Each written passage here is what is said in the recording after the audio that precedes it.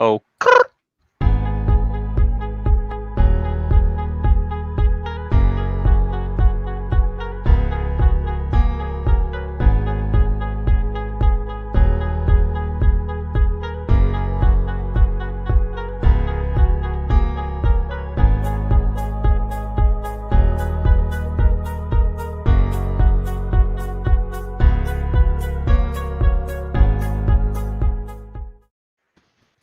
What's up, ladies and gentlemen? Welcome to another episode. After a live episode last week, we're now here back in our normal situations. Dylan wasn't ready to be on camera right now, so he's got his back turned to us. Usually I do like this solo shot, just like this, so the other guys can get all prepared for it. But we're here for the show, and we're ready to get at it.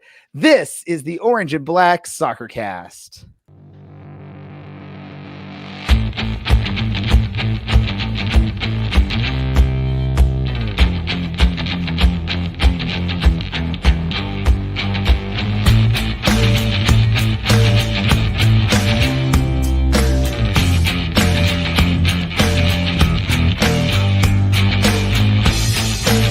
This is the Orange and Black Soccer Cast, the first and only podcast dedicated to Orange County Soccer Club, its fans, and supporters. Follow us on Twitter at OCSC_SoccerCast or on Facebook at Orange and Black Soccer Cast.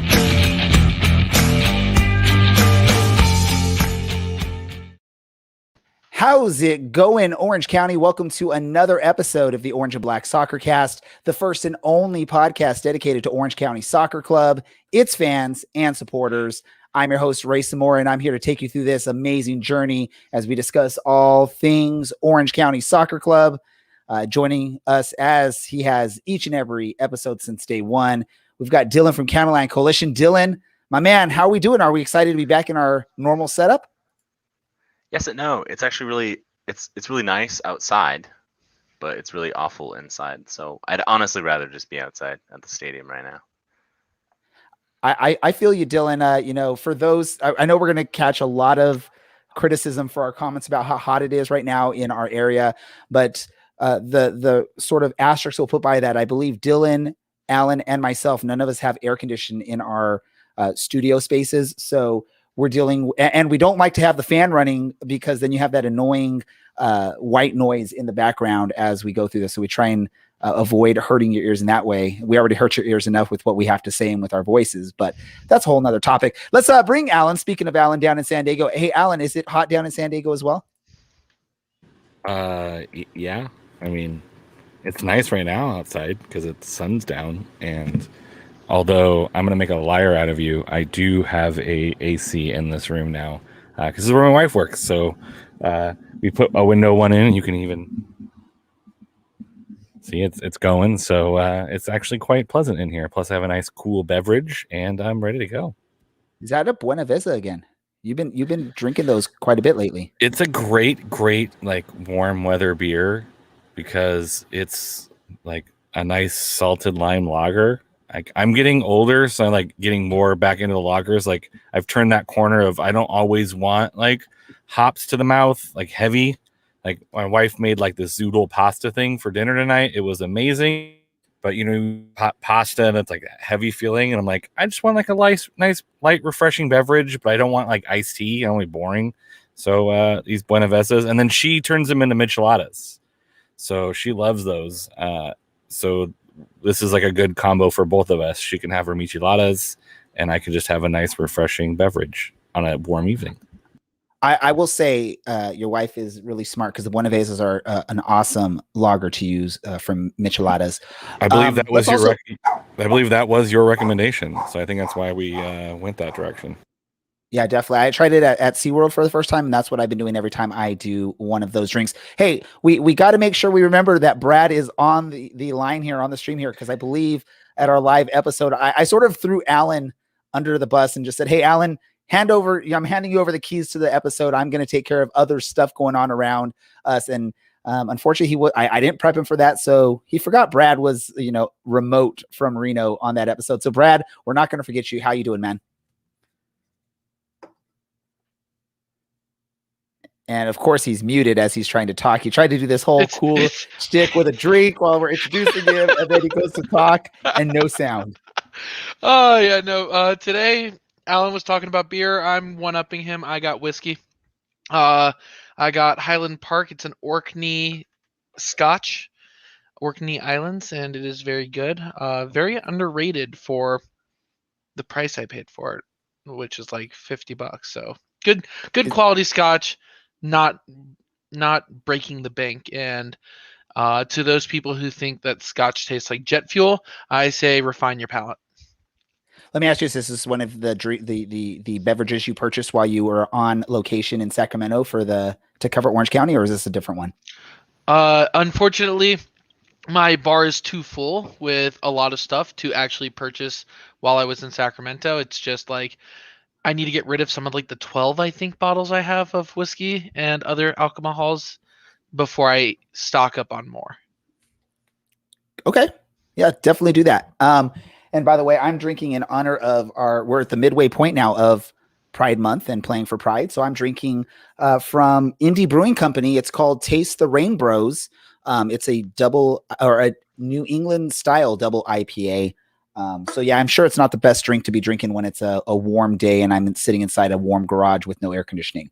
But you didn't come on the show to hear us discuss beers and alcohol. You came on here to hear us talk about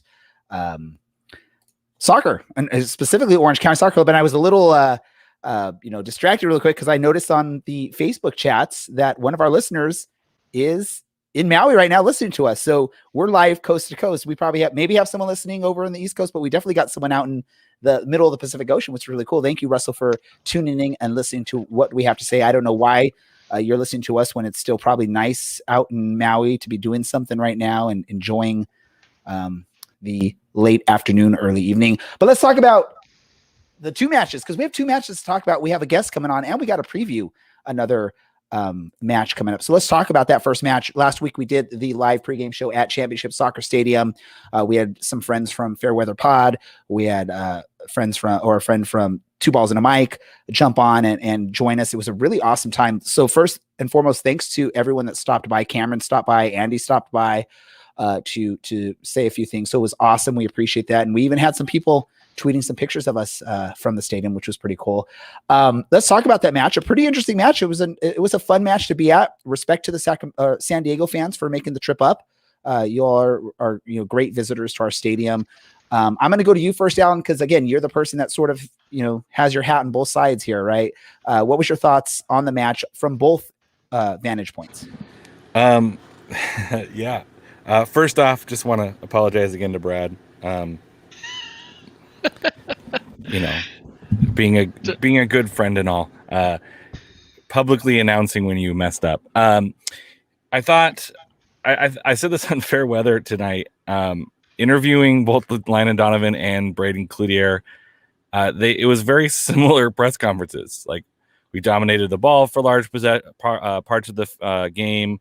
There was a lot of positive things. You hate to give up a goal, but it was a hard-fought draw against a pretty good team. And I think that kind of encapsulates both mentalities from both of the teams. I think Orange County, as they've continued to play, have really figured out or tried to figure out how to get Damas involved. And that's really coming together. And that showed up against San Diego. And San Diego's been doing the same thing, is trying to figure out how those players fit together.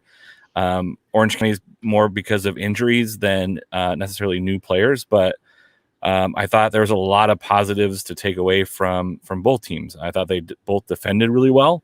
I thought they had a couple good opportunities, and to be frank, I think San Diego is lucky to walk out of there with a draw. I think Orange County probably did enough to win that match, but Trey Muse has been really good as of late, as far as making a couple really big saves every game to keep San Diego in it. So I think Orange County should feel positive about it. It was a good midweek match between two Saturday games, and they showed up with tons of energy. And I do think that they had stretches of time where they played well, dominated the match, and it was a really fun chess match. I was stressed the entire time, especially when it was tied up 1-1. It was like either end, something could happen, and someone can score and pull out the 3 points. So overall, really fun match. I know the San Diego folks really appreciated coming up. They had a blast. They can't wait for Orange County fans to come down and spend a day in San Diego. And that'll be here before we know it. So I thought a really good day all around. Let me head on over to Dylan really quick. Dylan, you definitely were at your side of the stadium. You were hanging out with Caroline Coalition over there in the bleachers behind the goal or just to the side of the goal. What was the atmosphere like with the Caroline Coalition, and what was your thoughts on the whole match in general? And now Dylan's muted. We're all just like jumping on muted. Worse. This is better. There we go. Yes. This is better. I thought it was unmuted, but I know nothing. No, the atmosphere was great. It was good to have not only the County Line Coalition there and a lot of people that were, $1 beer into the game and maybe, a $5 or an $8 beer, whatever they cost in the stadium. And at the seats. I think the players really fed off of that. Primos was in really good form. But Orange County just started slow, I thought, and it's hard to do well when you dig yourself a hole in the first 15 minutes of every single match. It's kind of been Orange County's MO for a long time. We're talking multiple years at this point. Thankfully, Damas puts one in and levels it up, but I know I said I could see this being a 0-0 match and being pretty boring. It ended up being pretty exciting. So that was nice, but the points were shared at the end of it, so I guess I was kind of right there. Just a kind of like a weird match, and it felt like it should have fallen flat before the match, and then it ended up being exciting, and it felt like it almost fell flat because I think either team could have said, "Hey, we deserve 3 points here," and that would have been a fair result. So I mean, I guess in that regard, a draw is the fairest result. And then let me jump to you now, Brad, watching remotely on ESPN Plus. You get to sort of see again, you get sometimes, it's awesome to be at the stadium, but sometimes you get good views when you're actually watching the stream. Yeah. And, sometimes you're able to pause and rewind. I don't know, depending on how the app's working function that day. What were your thoughts on the match, Brad? And was the outcome, the deserved outcome for both teams, or did someone deserve to come away with the 3 points in this match? I mean, I think both Alan and Dylan hit the nail on the head there. Primos played really well that game. I think I was fortunate enough with this game that since it was on ESPN Plus in the middle of a Wednesday, we had the glorious voices of Devin Kerr and Mike Watts on the broadcast, which is usually a really good broadcast. They're both very talented in their own rights.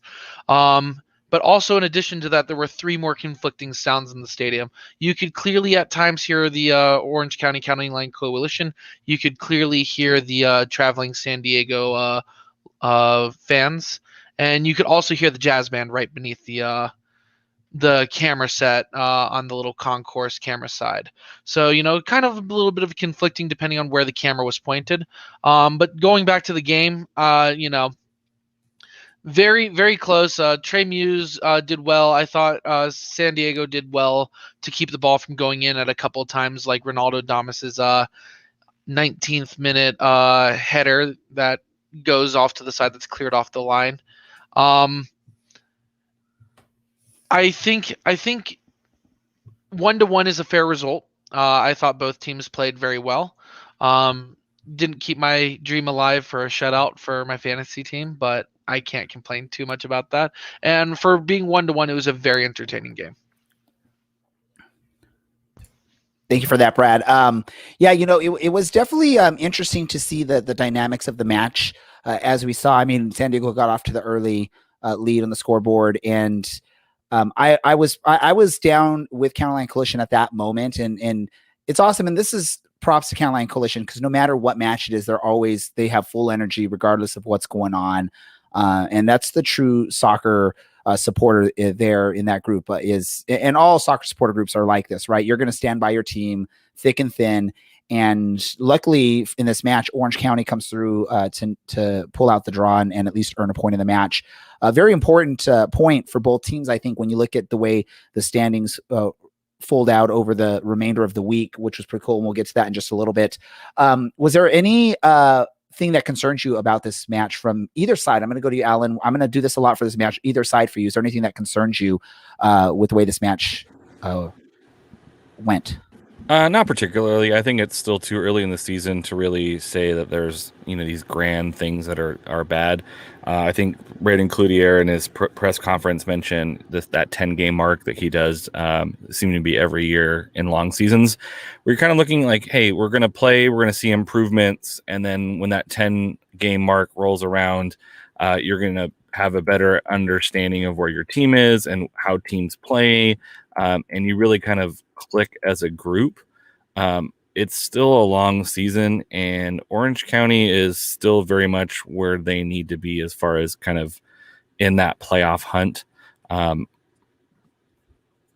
There are Sacramento's not doing well. LA is fine, but if you look at the Pacific Division standings, Orange County's sitting third with games in hand on everyone above them. They don't have enough to catch Phoenix, but I mean, you're looking at your second place in the Pacific right now, with as up and down as the beginning of the season is, as kind of hit and miss as things have been early in the season. Like, you can't be mad at 3 wins, 2 losses, and a draw. Like, things are going all right. Like, and let's ride this out a few more weeks.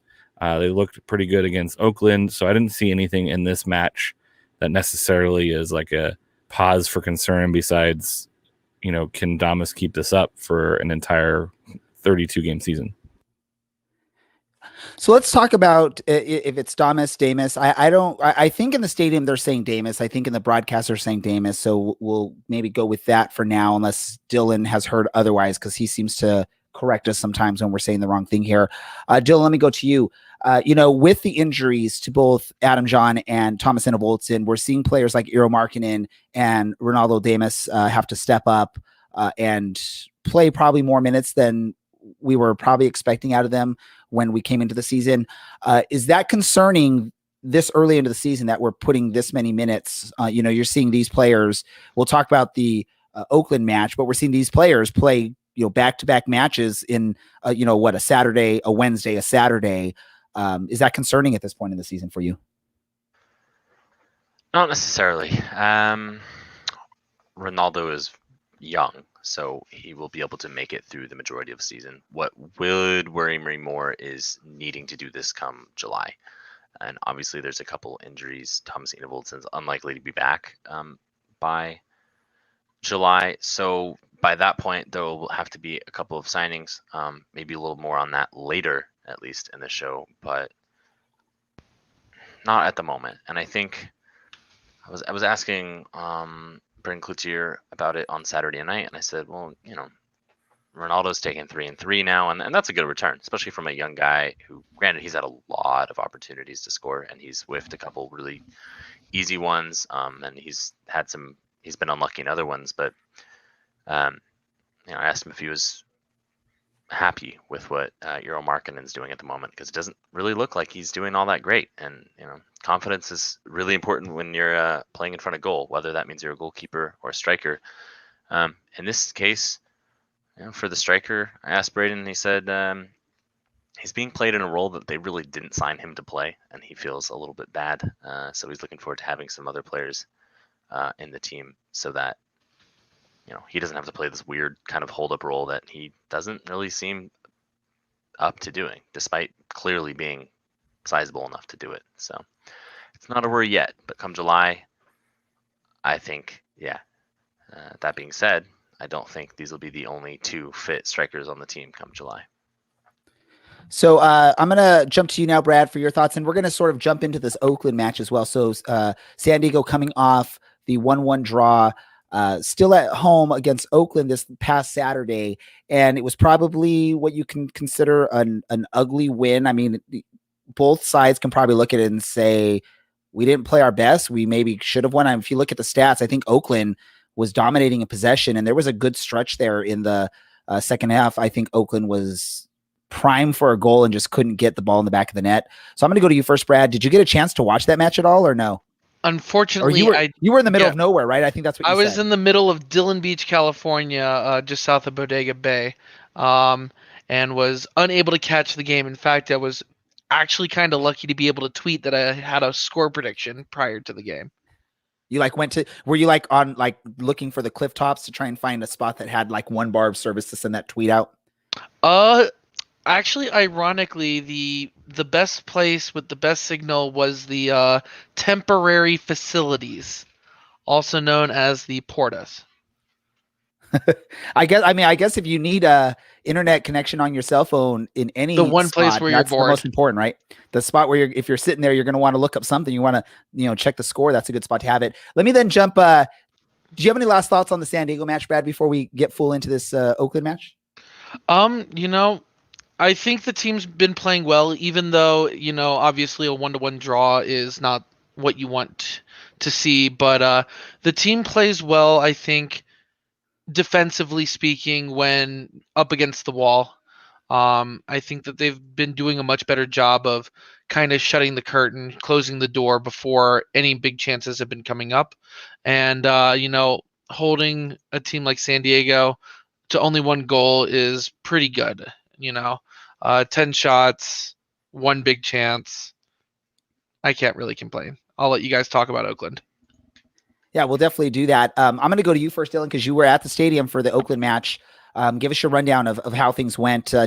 Was either team more deserving of the 3 points in this, or is was the outcome the correct outcome for this match? If I'm honest, I think Oakland can really feel hard done here. And the highlights are coming up here, but just we played so poorly for so much of that game, and I don't think we've ever played that poorly for so long, and actually got a result out of it. So that was, in a way, kind of nice. Braden Cloutier spoke to a lot of the same words. Sometimes you have to grind out results against kind of the run of play.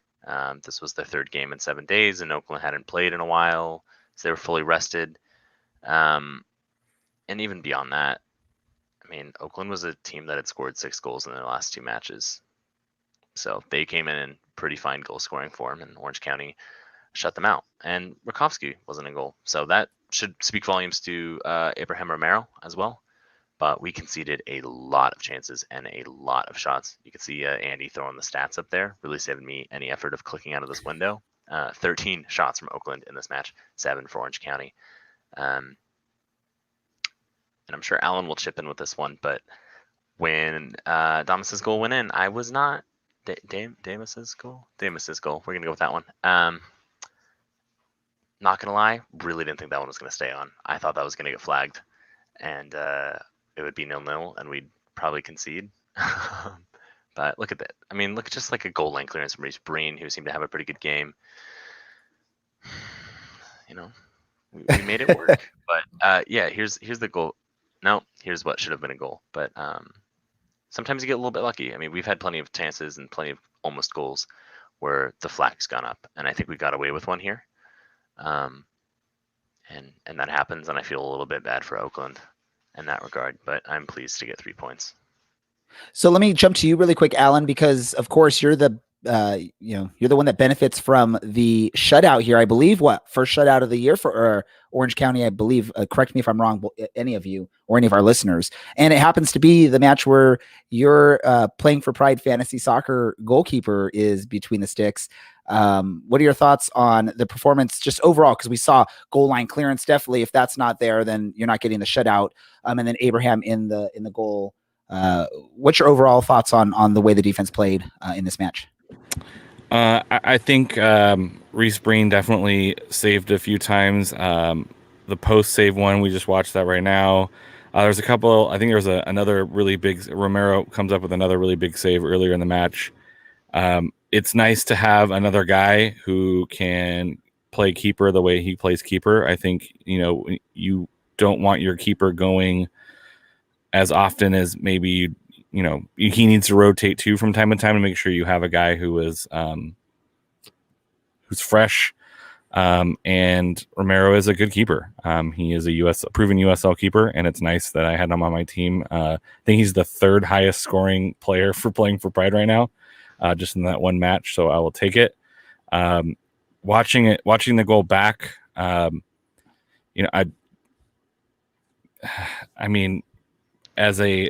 as a neutral person looking at it, obviously it doesn't matter who wins, because if someone wins, that means someone's not in the Pacific's not getting points. But I think Damus is just ahead of the ball and ahead of the defenders by a step. It's really close though, because the ball is almost on the line as well. And you'd like to see the offensive players maybe getting that nod, if you will. I think that was some questions that come up from time to time, and if it's close, you would love to see the offensive player getting the benefit of the doubt on that one. I think that's an AR giving the benefit of the doubt to him there. Yeah, that's how. So, yeah. Oh, go ahead. Sorry. No, I mean, we've seen those close calls. So I watched it 4 or 5 times. I thought he was off. I thought they were going to flag it back. I thought it was going to be like a highlight where he didn't score. They're going to pull it back. And he's going to score later. But I think there's even one where it scoots by him. He's putting himself in really good positions to score. And that's what you want to see from a guy who gets paid to put the ball in the back of the net. He seems to always be where he needs to be to score goals. And you love to see that. Perfect. Any last thoughts from anyone on here about the Oakland victory, the 3 points in Oakland, before we move on? Give Reese Breen save points. Incorrect. Clearly says goalkeeper. It says goalkeeper on the form. So if it didn't say that, I would agree with you. But since the rules say it has to be a goalkeeper, if you want to substitute, motion to amend the rules section goalkeeper saves. We will gladly discuss that in the off season. Yeah, and the rules committee will request for the rule change in the off-season. The rules committee will review. We'll take a vote. A majority will vote whether or not a player clearing off the line gets a save. It's called a clearance, but I mean that might be a good stat, like clearing off the line, like when it's clearly a goal and you clear it, and that might be a point. Then we're gonna have to really figure out the line where we're gonna judge it. Is it a goal line clearance? Is it not? That would get maybe a little. Right. We'll start having arguments behind the scenes. Really quick before we move on, Brad, with that wrapping up the matches played, where is our prediction standings at this point in the season?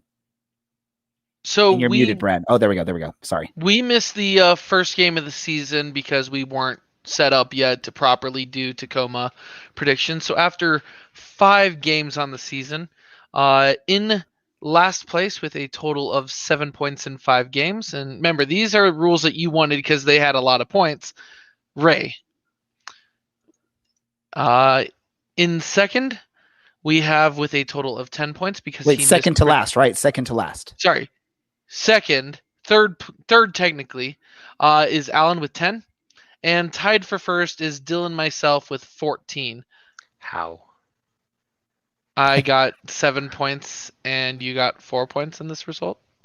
You had math in the Oakland game. I had 7 because I had a 2-0 victory for Orange County, and it was the 0 for Oakland, and I didn't get the points for the 2 because it was a 1-0 game. That's how it works, Dylan. It's all math. You said 3-2, and only got the points for the victory. I'm not good at math. Perfect. So That's where we are. Ladies, gentlemen, I'm going to pause you there because we have a guest that's ready to join us at this moment. It's going to be, we're going to bring him on. This is Alan's in the moment favorite player on the roster because of the contribution made to his fantasy soccer team. We're bringing in a goalkeeper with the first shutout of the season for Orange County. That is Abraham Romero. Let's bring him on to the stream. Abraham, welcome to the Orange and Black Soccer Cast. How you doing, man? Hey there. Pleasure to be here. I'm doing good. Sorry, my dog just ran over. Oh, don't worry about it. We have dog noises on this, courtesy of Alan's 2 or 3 dogs. 2 dogs, right? 2 dogs. Or is it really just brew every time, right, Alan? It's just brew every time. Perfect. Let me ask you, Abraham, just coming off this match against Oakland, how were you feeling after getting the first shutout of the season for the team? I felt pretty good. I was happy with the result. Obviously, we took 3 points home, and that's what's most important, really. Perfect. And then when a player like Reese Breen makes this amazing goal line clearance, is there anything like that you do for them? You buy them I don't know if we can buy. I don't remember how old Reese is, but can we buy him a drink or anything like that, or you give him a gift? What do you do in those moments? Reese is 21, and yeah, I think I might owe him a beer. What goes through a goalkeeper's mind when you know you cannot get to that ball? It looks like it's going right into the net, and then you see your defender get there and just clear it off perfectly. Honestly, when I get beat, when it gets past me, I just kind of feel like a sharp pain in my chest. Like I'm like, damn, like I just got beat. And seeing my defender, like Reese, come in clutch and just bailing me out basically because I wasn't able to get a hand to it. I feel like a sense of relief, really. Perfect. And then let me ask you this question, because mostly when kids start playing soccer, they don't go straight to goalie. They're usually playing all over the pitch, learning different positions, how to play where and what. When did you first realize that you wanted to be a goalkeeper, and how did that decision come to be? I kind of started off like all kids. I started off on the field, and then I ended up getting tossed in goal because our goalkeeper got hurt, and just because I was tall, I ended up staying. It wasn't really like my own decision, but I ended up falling in love with the position. Perfect. And then, what advice would you have for young players that are maybe scared to jump in as a goalie or try that out as a position, maybe because the nerves, I think a lot of kids feel like when you're a goalie, the whole game relies on you saving every single shot. What advice would you have for young players that are interested in potentially playing goal? Honestly, I think that kind of does apply.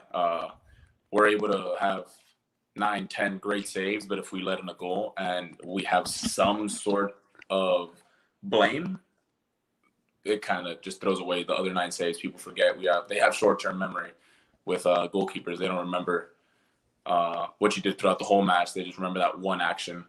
So it is a very, very difficult position to play, but I know it's easier said than done. Just be strong mentally, believe in yourself, be confident.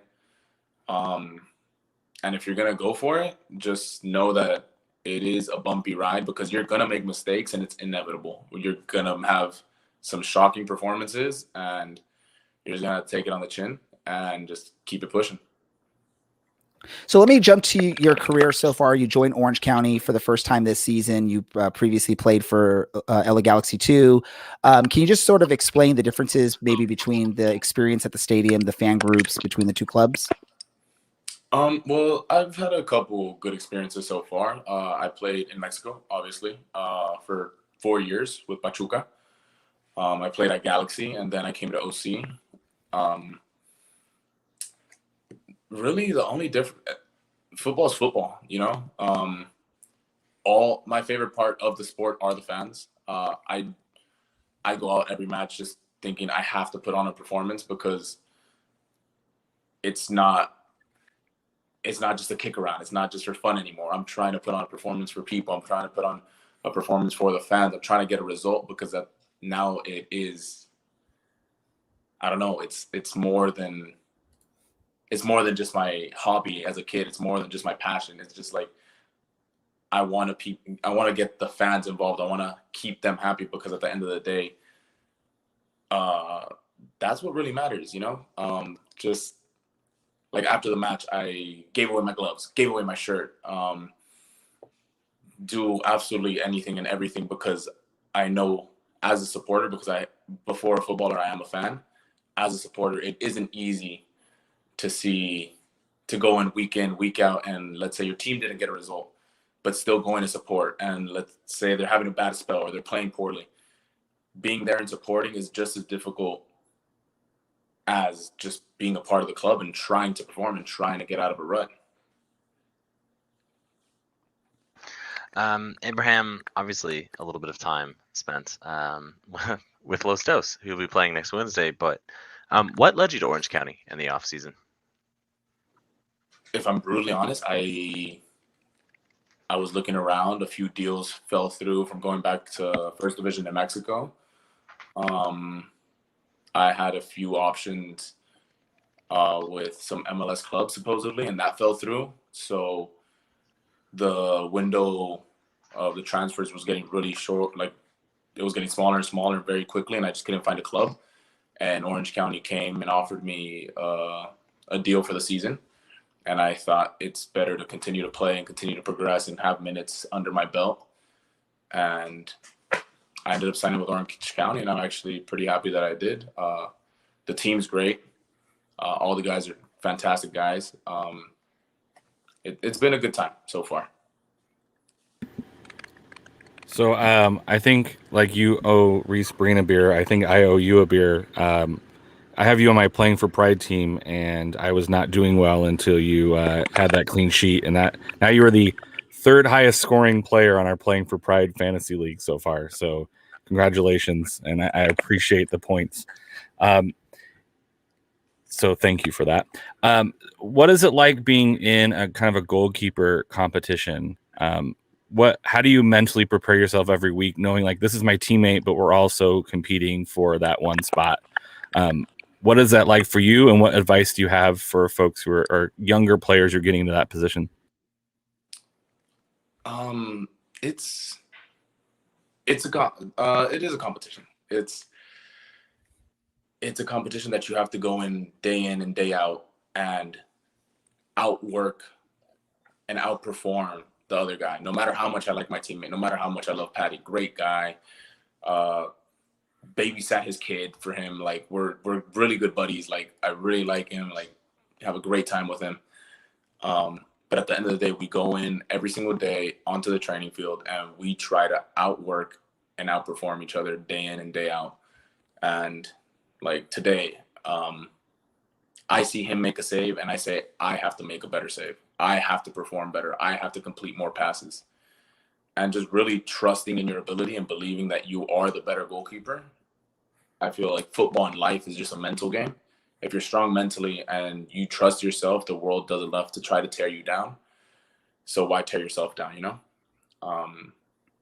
And yeah, just trying to outwork them from training 2, 3, 4 times a day to lift, to your diet, to how much you sleep, to what you watch, the books you read, just trying to get that absolute edge on every single person that you are competing with.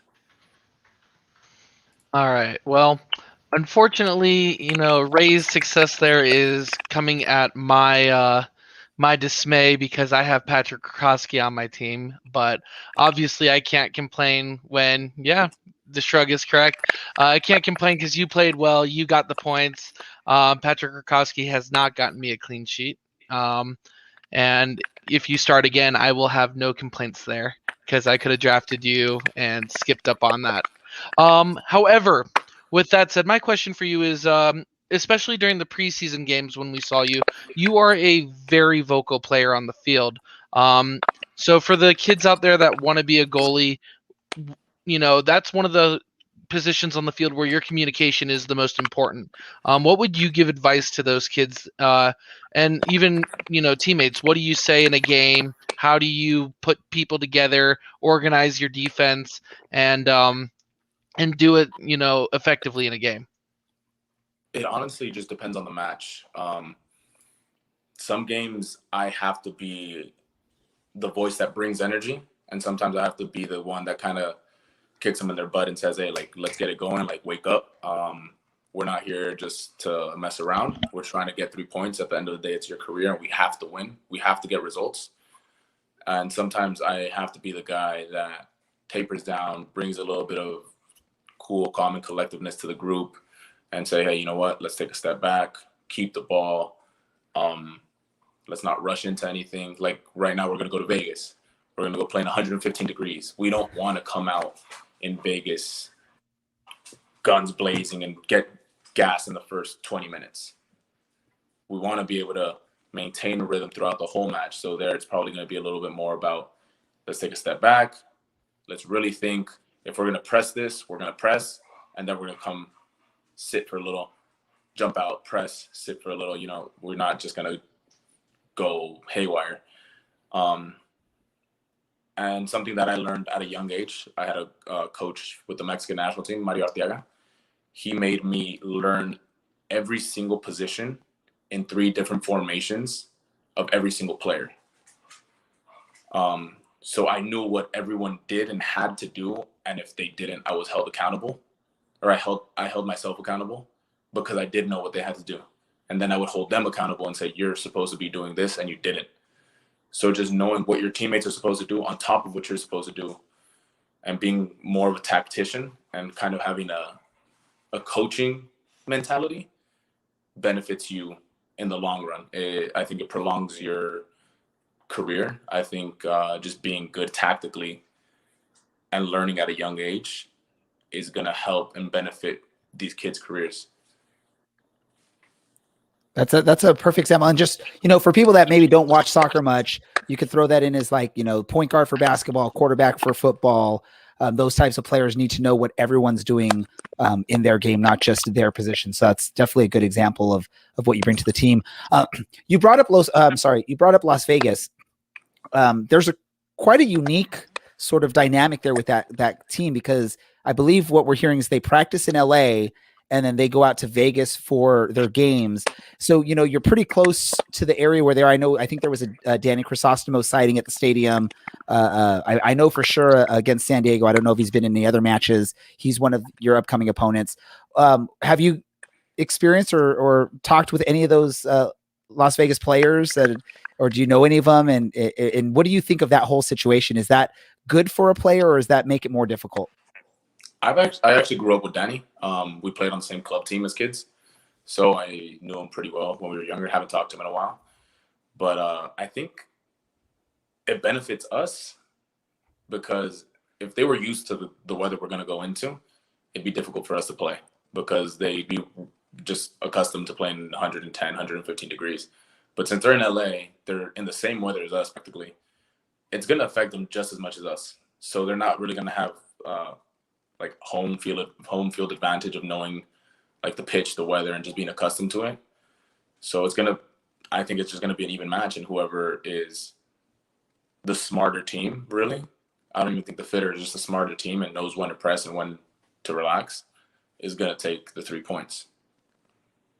Perfect. And then you had the experience with Los Dos, like where you have, you're a two team. There's a MLS side that sort of sends players up and down as they feel in that situation. Does that make it more difficult too, as a player, when you don't know who's going to be playing on your roster each and every match? Yeah, I would have to say it makes it a little more difficult, just because we're training with a starting 11 in mind the whole week, and then Galaxy's first team says, "Oh, here are 4 players they have to play," and they have no idea what kind of style or roles they fit into or what they're supposed to be doing. So it is a little more difficult because they send them down Friday, the day before the game, and you're just like, okay, they're not going to figure out our entire like system in a day. This is going to hinder us as a team, but you have to make the most of it. And at the end of the day, the directors and the directors are the ones that decide in that situation, not even the coaching staff. I know a lot of coaching staffs don't like that, but you just got to roll with the punches and figure it out as you go and hope for the best. Hope they pull their own weight. Perfect. Thank you. We're just going to have a couple more just fun questions for you, not really soccer related for the most part, just to get to know, Abraham Romero, the person, not just the soccer player. Let me just start off with this, because I'm huge into music. Answer this for me. If you were, what's your like pump up song, or what's your song that gets you ready for the match that you like to play just to get your heart pumping, your blood going, your adrenaline flowing. So when you're getting out there, you're the best player you can be. I'm more about lyrics personally. So there's this one hit rap song in Spanish. It's called René. And it reminds me of my childhood. It reminds me of my childhood, reminds me where I came from. And I really like it. And it kind of just throws me back in the day when I did this before just because I loved it. No money. I didn't do it for any publicity, any fame. I was just a kid with a soccer ball. And it throws me back to that. And it reminds me that there's more things that are a lot more important than just money and cars and this and that. It's more just about the love of the sport that you have for it. Do you bump it with like headphones in, or is this like when you're driving to the stadium and you bumping the song? So I bump it in the car. In the car? Full blast. It's a slow rap song, actually. It doesn't seem very. It sounds kind of depressing if you don't understand the lyrics. You're just like, wow, that's kind of sad, dude. Like, are you okay? But no. But sometimes those songs are the ones that get you going, right? The ones that have true emotion behind the lyrics and not just a good beat, right? Yeah, exactly. Perfect. And then I'm going to throw it. I don't know if Alan or Brad have a fun question to ask. If not, we'll throw it to Dylan. So Alan, Brad, anything from you two? I like to ask the silly, controversial questions, and I'll be quick with this one. Is a Pop-Tart a sandwich? Is a Pop-Tart a sandwich? Yes. I have these conversations with my roommates all the time. No, Pop-Tart's not a sandwich. A Pop-Tart's a Pop-Tart. But it's bread with filling in it. This is Brad's thing. Like he asked these weird questions like this, and yeah, I agree with you, Abraham. A Pop-Tart is in no way a sandwich. You need to have some sort of protein filling in between the bread to make it a sandwich. Well, technically, I guess if you have a grilled cheese sandwich, that's different. Well, cheese has protein. There we go. See? Yeah, Pop-Tart's not a sandwich; it's a pastry. There we go. I like that answer. I like This that guy answer. gets food. This guy understands. All right, another. And that's why food question. Dylan's going to ask you another food question. Yeah, another food question for you, Abraham, and I think the last one of the night for you. What is your favorite vegetable, and how do you prepare it? I love all vegetables. I'm a big vegetable guy. You need to teach some of your younger teammates about that. Yeah, they're not big on veggies here. They're not very good at cooking either. Trust me, I've seen these kids cook. They can't cook to save their life. They would starve. Wow. My favorite vegetable. I don't know. I like broccoli. I like carrots, bell peppers, onions.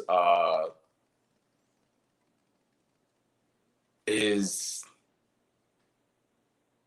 tomatoes a fruit, right? Technically, yes. Okay. Technically, but I think everyone always considers that a vegetable or part of the vegetable group of foods you eat, right? Yeah. Fun fact, tomatoes have more potassium than bananas. So if you don't want to cramp, eat tomatoes. That's good advice because I do not like bananas. So now I will eat more tomatoes. Thank you. Yeah. So I appreciate that too. Before a game, I actually eat just like tomato, kind of like an apple. You put a little bit of salt, a little bit of lemon, and you just bite it. Nice. So you're the real MVP twice in the past like 72 hours. So So we'll just say Abraham likes all vegetables, right? Is there one vegetable you definitely do not like, you won't eat? Are pickles vegetables? Or is that like considered not a vegetable anymore? I think that's technically a fruit. I mean, the seeds are on the inside. Okay. Someone do the research on this. I'll eat all vegetables. I'm here for the pickle slander, though. I mean, you can throw those under the bus. Yeah. Perfect. So, Alan, you want another shutout from Abraham? Just bring him a basket of vegetables, and he'll get another shutout for you, man. Just not pickles, right? Just not pickles. No, if you really want to know how I'll get you another shutout, bring me a box of cookies. I'll play my life out for you. A specific kind of cookie or just any cookie? I have a strange obsession with chocolate chip cookies. I eat at least one a day. Nice. All right. Let me ask you. I'm sorry. I know Dylan said one question, but let me ask you one that typically our fans will put in the chat while we're doing the live show. Is there like a local business or restaurant you want to give a shout out to on here to maybe have our fans check out and support? Local business. Or restaurant. Honestly, I'm from the hood, like out in LA area. We'll take LA. Hey, we got fans that either live or work in that area, so shout it out, man. They'll maybe visit it. All right, Los Primos in Pasadena, solid. I've eaten there since I was a child. Burritos, tacos, seafood, everything. That's where I ate as a kid. Fantastic place, great people. Perfect. Next time I'm in the area, I'm definitely gonna have to try and stop by. So you said Los Primos. Yeah. Perfect. I will write that down somewhere, or I'll re-listen to this episode, find that out, and we'll do that. Abraham, I appreciate your time. Do you have any last word for the fans that may be listening, either watching live or listening when we release this in podcast form? I want to say thank you for the support. The atmosphere this weekend that I played was fantastic. Hopefully I got to play again for you guys at home. Love playing in front of you guys, and just want to say thank you. Thank you for always being out there supporting us. Perfect. Thank you very much. Once again, ladies and gentlemen, that's goalkeeper for your Orange County Soccer Club, Abraham Romero. Abraham, thanks for joining us, and we look forward to talking to you in the near future. Thank you for having me, guys. Awesome. Thank you so much. Once again, as always, we love when the fans join us on the podcast, and we got now a main shot of Alan as we clear things up here. Awesome. Awesome interview there with Abraham. What a great guy, man. It's awesome. I love when you can get some honesty when you're speaking to some players, because you could tell sometimes the players, they're sometimes trying to go with like these like formatted answers to some questions, or they're just trying to like, say the right things each and every time. But when you're talking to Abraham, asking him about what it's like to play for a 2 team, and you have players being sent down from the main club, sharing the difficulty of that and some of the other things, pretty awesome. And again, Alan, you have to be stoked. Got your shutout. And I think you guys, you were sort of commenting back and forth with Andy on one of them on Facebook or YouTube or wherever it was. So I know, Andy was bringing up, 5 saves and a 5-point clean sheet for 10 points, but you also reminded, also the start. So you get the point for an appearance and 2 points for a start. It's all science, folks. That's the way the scoring works. So that's how it goes. What do you think of your star player from this past week, Alan? If you can give me 13 points every week, I would be ecstatic. I mean, I would run away with the competition. I think Brad said this last time, like all he needs is 1 clean sheet, and that puts him in a good position. And as soon as the regular starting goalkeeper was taken, I think he was taken pretty early. Brad picked him second overall. I knew that if I can sneak in Abraham Romero,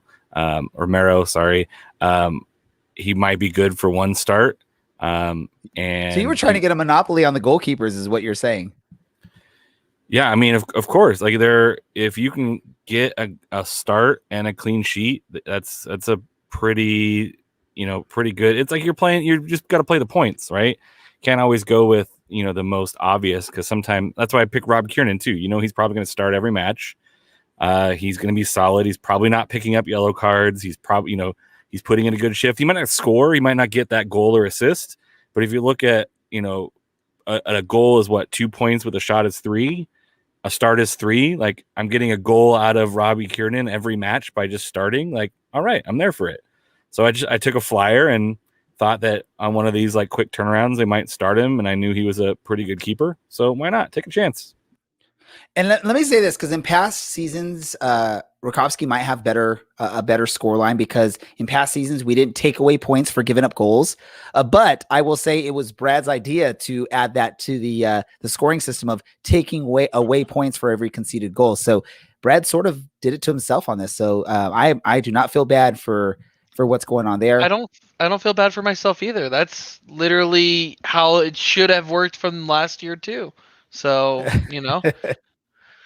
Hey, but it's all science. And the science is always evolving. So we'll see what happens next season, how this works out. Let's get to this really quick. We have a match to preview, but we don't have much time to do so. But it is Las Vegas. I don't know how we preview Las Vegas that well, because we never know. You never know who's going to be on the roster for the match. But let's just talk about this. I'll go to you, Brad, just because you're in the same state as Vegas. Maybe you know a little bit more because of that. Who knows? Although we're closer to the training, so who knows how this all works? It's weird.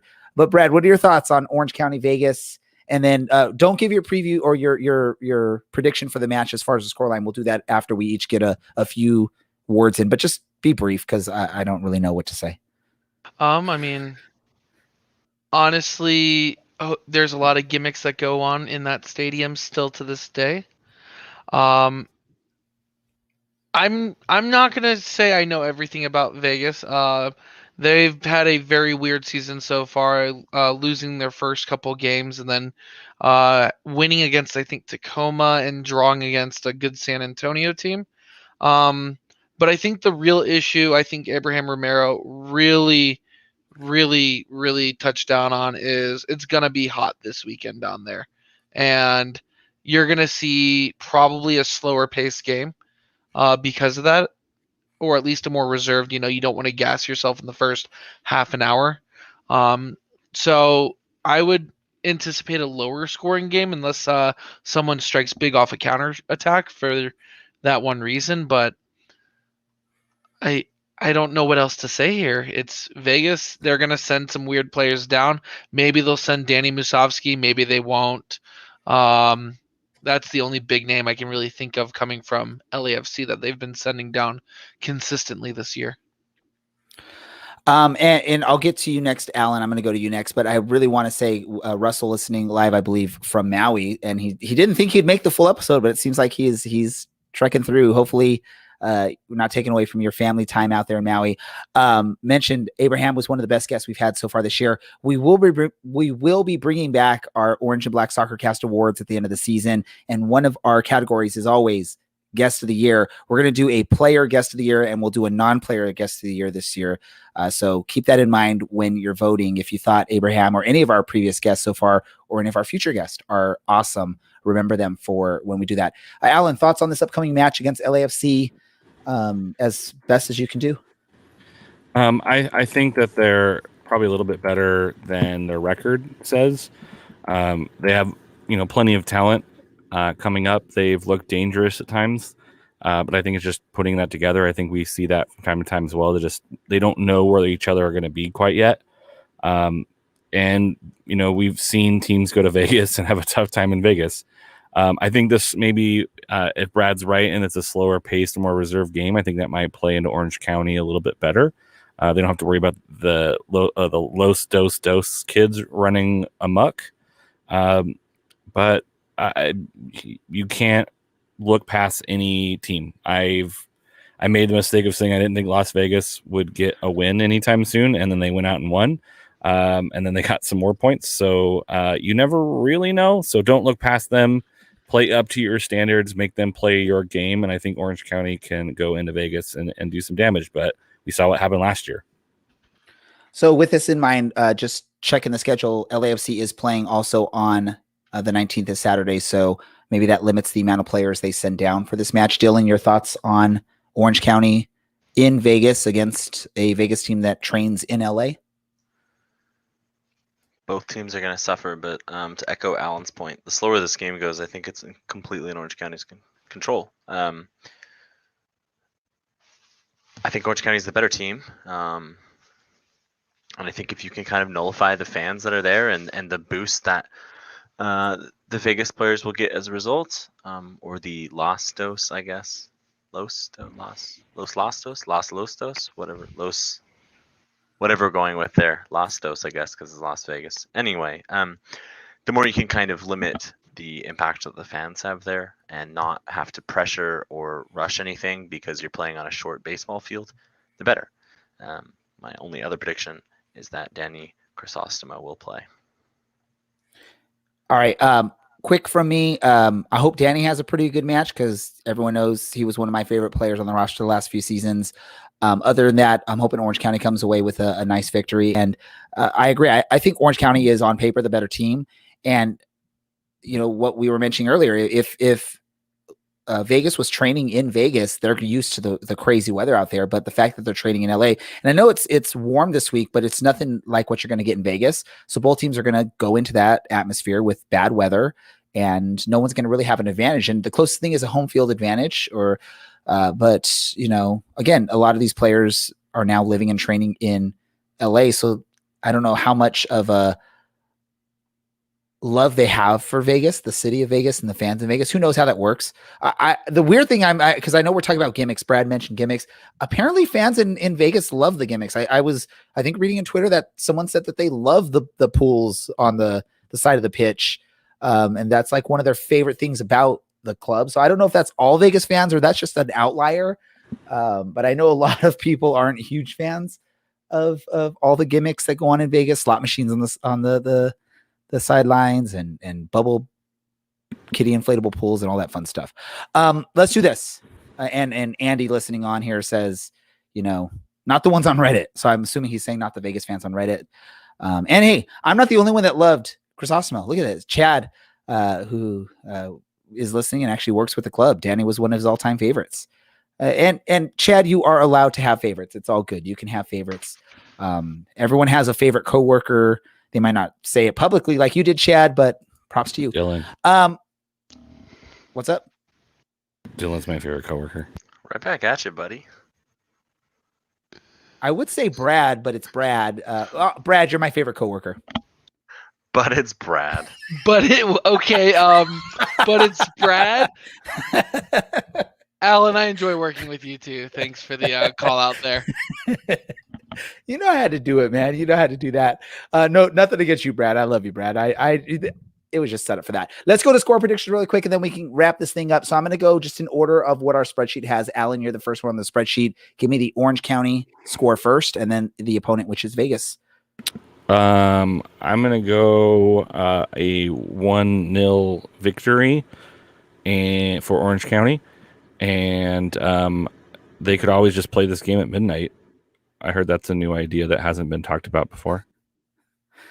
Oh, I remember that, man. The fans were not excited about that when that was announced that it was going to be Orange County midnight in Vegas, but maybe with 115-degree temperature, fans would think differently on that. Brad, you're the next one on our spreadsheet here. So what's your prediction? As soon as Alan said his score, I started punching my face because he always says that I steal his score, and I wanted to say the same one as him, but I'm already going through this, and Alan appreciates me as a coworker, so Orange County 1, Las Vegas, lights off 0. Is that like what Reno fans call Vegas? Is lights off? Lights out. Lights It's out. really All not right. your best. Not your best at all. Dylan, apparently Alan's favorite on the podcast. Yeah. We I had to be know someone. Dylan's been Venmoing you weekly payments to say that eventually, Alan. So don't worry about it. Dylan, what is your prediction? Just for the record, I don't think I have the money to Venmo him weekly. Not a sum enough that would get him to say that on this podcast, unless he really believed it. But before we get to the score thing, it's nice to be someone's favorite because I'm clearly not the USL shows. Oh The yeah, actual- wait, hold on, Brad. Have you been on the USL show? No, I have not. But he's Okay, new here, so- doesn't count. I'm waiting for my invite still. It's So probably Brad in and the mail. Dylan, you guys are together in that. It's not just you, Dylan. You're not all alone. You're not like Michael Cera in Arrested Development, walking with your head down and with that one song playing. Yes. Dylan, prediction. 2-0 Orange County. And 2-0. Danny Crisostomo has a good game despite the chaos going around, All right, you ready for I my miss you, prediction, Danny. gentlemen? unfortunately. 5-0 Orange County. I'm gonna head out, so What's wrong, Dylan? You don't like No, my it's okay. prediction? No. You said the right team. I was gonna say, I mean, you used to get on me for predicting the opponent every single match. I'm legitimately saying 5-0 Orange County. I think they're just gonna go off for some goals here in Vegas, and have a good old time and have fun. I mean, they're gonna be excited about this one. Let's wrap things up here really quick. Any other soccer related talk that anyone wants to discuss really quick before we move on? Other than Jamie Vardy joining the ownership group in Rochester, because everyone's talking about that. Thoughts and prayers to Erickson. Definitely. That's a scary moment. That definitely was a scary moment. Glad to hear at least at this moment he seems to be fine, which is awesome. But we'll send out thoughts and prayers for Christian Eriksen. I love the love that he was getting from either current or former teammates throughout the Euros recently. Any goals. I think Benteke and Heung-min Son both shared their love for him after scoring goals. So that was awesome to see. And I know Toby Alderweireld mentioned it was going to be difficult to play the match. So yeah. Let's do this. Random thoughts. Let's go to Brad first. Brad, random thought. Congratulations to my roommate, Ryan. Reason why I was in Dillon Beach this past weekend was he proposed to his girlfriend and obviously camping. So congratulations to him. Also, I'm going to be down in Oakland this Saturday on Juneteenth for the first ever USL Championship home game for the Oakland Roots. And luckily that game starts at 5:30 and Orange County plays at 7:30, so I can catch both games. Woohoo. And by all means, was your roommate just that desperate that he would go to a place called Dillon Beach to propose? I mean, Spelled that's just differently, DILLON. but it's still the same pronunciation, which that's just very It's sad. not. Just hold on. Let's walk that back a couple words. Pronunciation is not a word. Pronunciation. That is no. I'm pronouncing it correctly, man. You know what? Well wishes to your friends, Brad. Alan, what's your random thought? Yeah, I was about to do the same thing. My random thought is Brad already It was supposed to mentioned be it. Dylan next, though, because we just talked about Dylan Beach. Nope. Fine. Nope. Nope. No. Alan, what's your Alan. random thought this episode? Please It's a mutiny. Google. It's a mutiny here. Please Google and educate yourself on Juneteenth to get some idea of why Juneteenth is an important day in American history. So go look that up, please. Juneteenth. Educate yourself. Round of applause. Well said. And by the way, the Senate passed a bill to make Juneteenth a national holiday. So awesome. Amazing. Dylan, what's your random thoughts for this episode?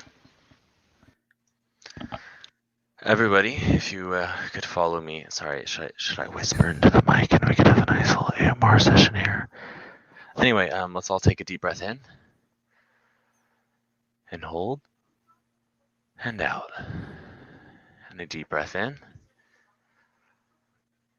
And hold. And out. Take it easy, everyone.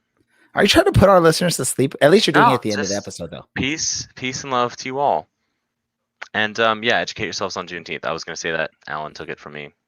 Go figure. Someone's got to be woke on this podcast. It's not going to be old man Ray here. Ha! Hilarious. Hashtag S'more out. Ray, what's your random thought of the week? You're pointing the wrong way, Dylan. No. You guys mutiny. Go. You all take over. Wrap this thing up. All right, Brad, where can people find you on Twitter? You can find me at the Twitter machines. I'll get it right one day, right down here at Pal in the Sky. All right, you, Alan, where can we find you on Twitter? Andwood48 on the Twitter machines. Cool. You can find me on Twitter at OCSC_Dylan, and you can find the former host of this podcast, Ray Samora, at DJ Ray Samora on Twitter. You can find us at OCSC_Soccercast on Twitter and Instagram, and at Orange Black Soccercast on Facebook, and at orangeblacksoccercast.com, or just OCSCpodcast.com. For our former host Ray, for Alan, for Brad, and for myself, this has been the Orange and Black Soccer Cast, and we are out. You forgot. And for Abraham Romero, And we for are Abraham out. Romero.